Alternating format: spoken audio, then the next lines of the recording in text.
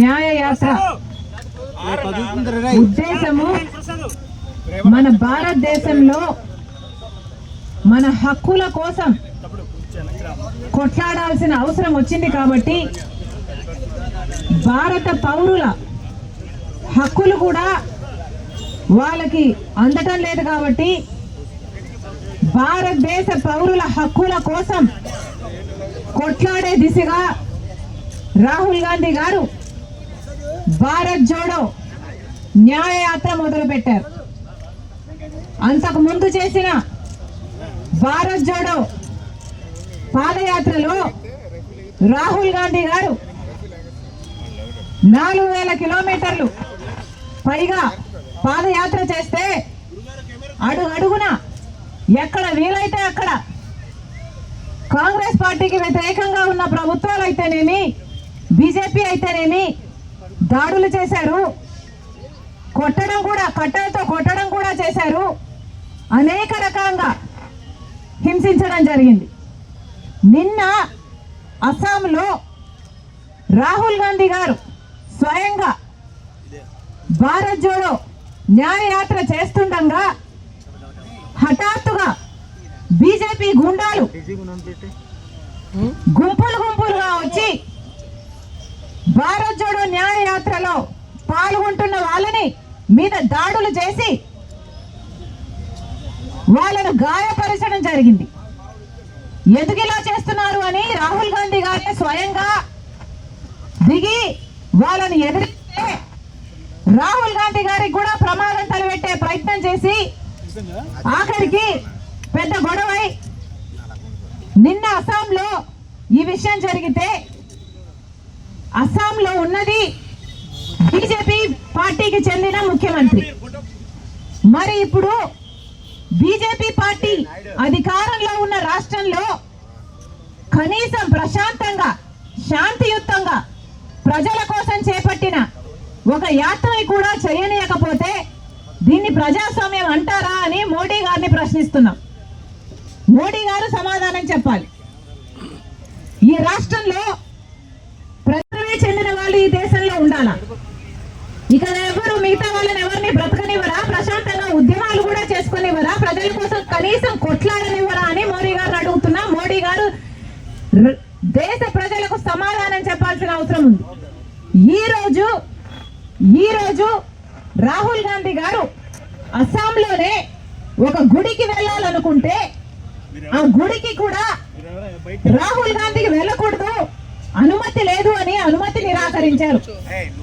BJP ప్రభుత్వము అస్సాంలో ఉంది, ఆ ప్రభుత్వం అనుమతిని నిరాకరించారు. ఎందుకు నిరాకరించారయ్యా అని అడిగితే ఎక్కడో అయోధ్యలో రామ్ మందిర్ ఏర్పాట్లు జరుగుతున్నాయి.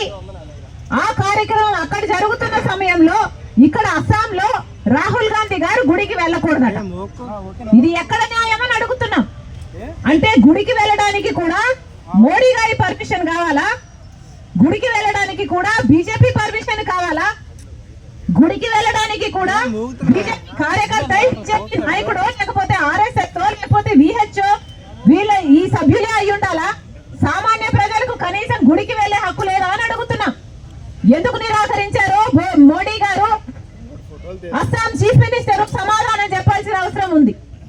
ఇలా అడుగున నిరంకుశ పాలన, ప్రతి చోట ఎక్కడ వీలైతే అక్కడ ఎలా మిగతా ప్రజల్ని, మిగతా పార్టీలను ఎలా తొక్కగలిగితే అలా ఇంత నీచమైన పరిపాలన చేస్తుంటే దీని డెమోక్రసీ అని ఎలా అంటారు? ప్రజాస్వామ్యం అని ఎలా అనుకోమంటారో మోడీ గారు సమాధానం చెప్పాలి.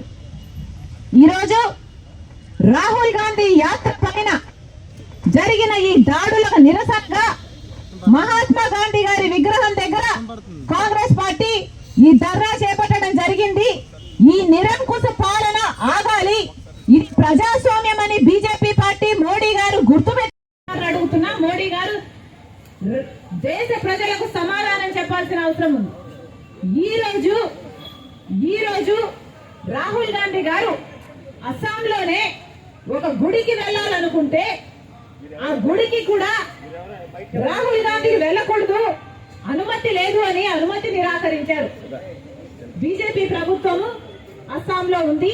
ఆ ప్రభుత్వం అనుమతిని నిరాకరించారు. ఎందుకు నిరాకరించారయ్యా అని అడిగితే, ఎక్కడో అయోధ్యలో రామ్ మందిర్ ఏర్పాట్లు జరుగుతున్నాయి. ఆ కార్యక్రమాలు అక్కడ జరుగుతున్న సమయంలో ఇక్కడ అస్సాంలో రాహుల్ గాంధీ గారు గుడికి వెళ్ళకూడదట. ఇది ఎక్కడ న్యాయం అని అడుగుతున్నాం. అంటే గుడికి వెళ్ళడానికి కూడా మోడీ గారి పర్మిషన్ కావాలా? గుడికి వెళ్ళడానికి కూడా బీజేపీ పర్మిషన్ కావాలా?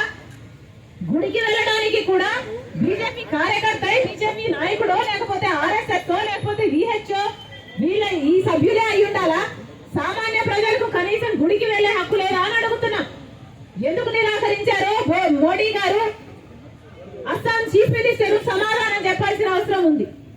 ఇలా అడుగున నిరంకుశ పాలన, ప్రతి చోట ఎక్కడ వీలైతే అక్కడ ఎలా మిగతా ప్రజల్ని, మిగతా పార్టీలను ఎలా తొక్కగలిగితే అలా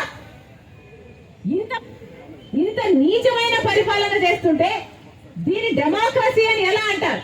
ఇది ప్రజాస్వామ్యం అని ఎలా అనుకోమంటారో మోడీ గారు సమాధానం చెప్పాలి. అడుగుతున్నా, మోడీ గారు దేశ ప్రజలకు సమాధానం చెప్పాల్సిన అవసరం ఉంది.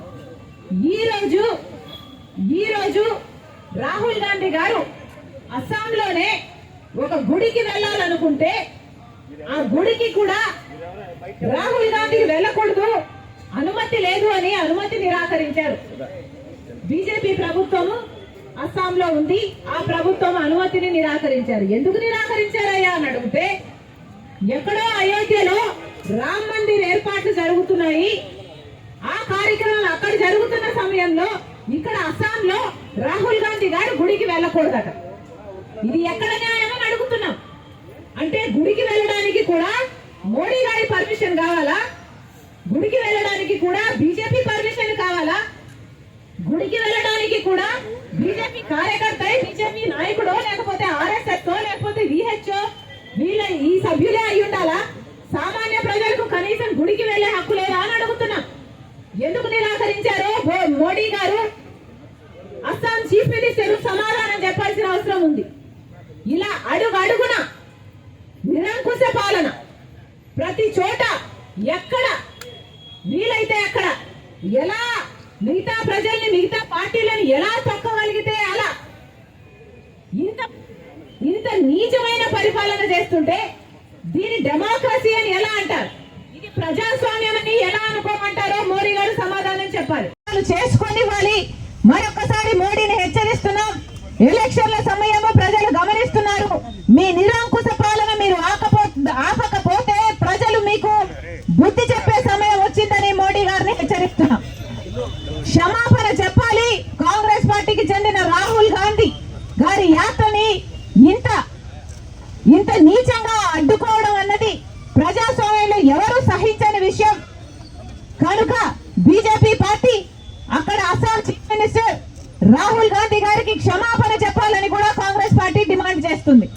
Down down BJP, down down BJP, BJP, BJP, BJP, down down BJP, down down BJP, down down BJP, down down BJP, down down BJP, down down, down down Modi, down down, down down BJP.